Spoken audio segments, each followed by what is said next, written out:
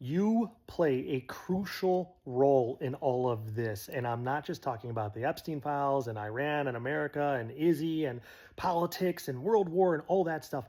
Those are all just like little specks, little points, stardust in the grander universe of a much bigger and more important story that you need to know because you are literally the main character of this story and you need to know your role and your power and authority. But before you understand that, you have to know the backstory a little bit. So stick with me a little bit here. But basically, I want you to think of this foreign race living on another world. Just please give me some time to finish this. It's really important. I promise you won't regret it at the end.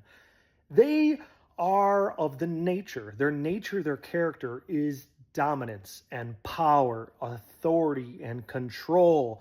And that nature did not serve them on this other planet where they lived. They ended up destroying that planet through that very nature. But to go against one's nature is to unalive oneself. So they're just doing what they were meant to be doing. They're operating the best the way they could. But then they needed to leave. So a few of them, the ones that survived, went to a new planet where there was a native race. But the native race has a different nature. It was harmony and peace and love and compassion and coexisting with this symbiotic relationship with their ecosystem. Think of like Native Americans before others came, okay? And so they were beautiful, bright, kind of more feminine aligned compared to the foreign race that's more power, masculine aligned, okay? So the nature of the foreign race that came over then knew they needed to dominate the new native race, but there was way too many and they were all spread across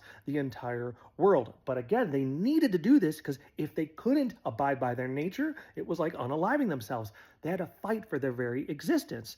So there was some laws that are very crucial and important to this story. The first one being the one is the all is the one, that we are all united, that higher consciousness is within us, we are within that, and it's all one and the same. Everything is united, okay? The second law is that everything exists in the present moment, the moment now. There's no past or future. Everything is now. And the third really important law is consciousness creates our reality. Your consciousness is directly responsible for creating your, not just interpretation of life, but your reality, everything about it.